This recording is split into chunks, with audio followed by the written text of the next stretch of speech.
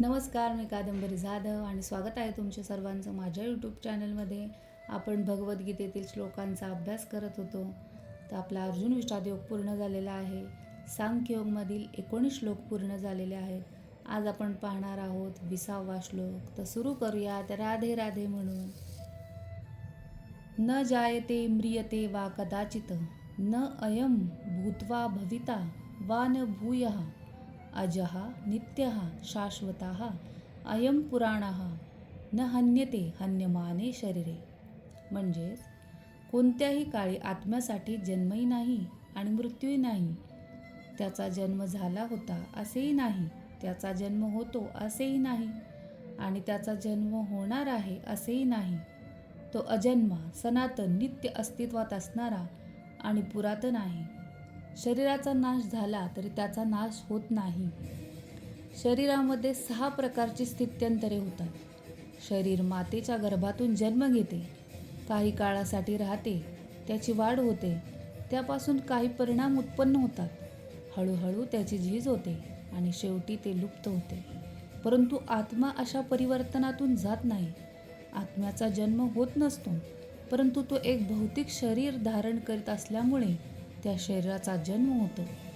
त्या ठिकाणी आत्मा जन्म घेत नाही आणि मरतही नाही. ज्याला जन्म आहे त्याला मृत्यू निश्चितपणे आहे आणि आत्म्याला जन्म नसल्यामुळे त्याला भूत, वर्तमान आणि भविष्यही नाही.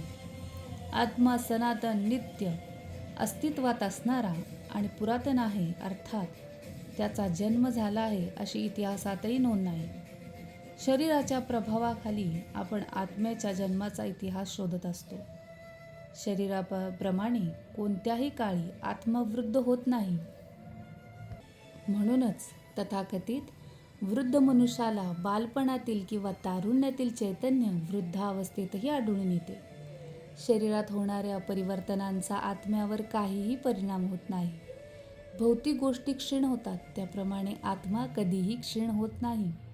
आत्म्यापासून इतर उपफळेही निर्माण होत नाहीत. शरीरापासून उत्पन्न होणारी उपफळे म्हणजे मुले-बाळे आहेत आणि ती म्हणजे विविध स्वतंत्र जीवात्मेच असतात आणि केवळ शरीराच्या प्रभावामुळेच ती विशिष्ट मनुष्याची आहेत असे वाटते. आत्म्याच्या उपस्थितीमुळे शरीराची वाढ होते, पण आत्म्याला उपफळे नसतात किंवा त्यांच्यामध्ये स्थित्यंतरही होत नाही. म्हणून आत्मा 6 प्रकारच्या शारीरिक स्थित्यंतरांच्या पलीकडे असतो. आत्म्याची चेतना ही परमात्म्याच्या चेतनेहून भिन्न आहे, कारण परमात्म्याला भूत, वर्तमान आणि भविष्य या सर्वांचे पूर्ण ज्ञान असते. व्यक्तिगत जीवात्म्याच्या चेतनेचा विस्मरणशील होण्याकडे कल असतो.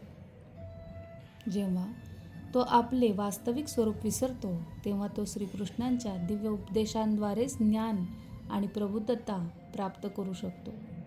परमात्मा आणि जीवात्मा असे दोघेही जीवाच्या एकाच वृक्षरूपी शरीरामधील हृदयामध्ये स्थित आहेत. जो भौतिक इच्छा तथा शोक यामधून मुक्त झाला आहे, केवळ तोच भगवत कृपेने आत्म्याच्या महिमा जाणू शकतो. तर हाच अर्थ स्पष्टीकरण मला या श्लोकावरून कळालं.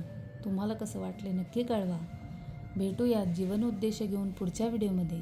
तोपर्यंत राधे राधे. धन्यवाद.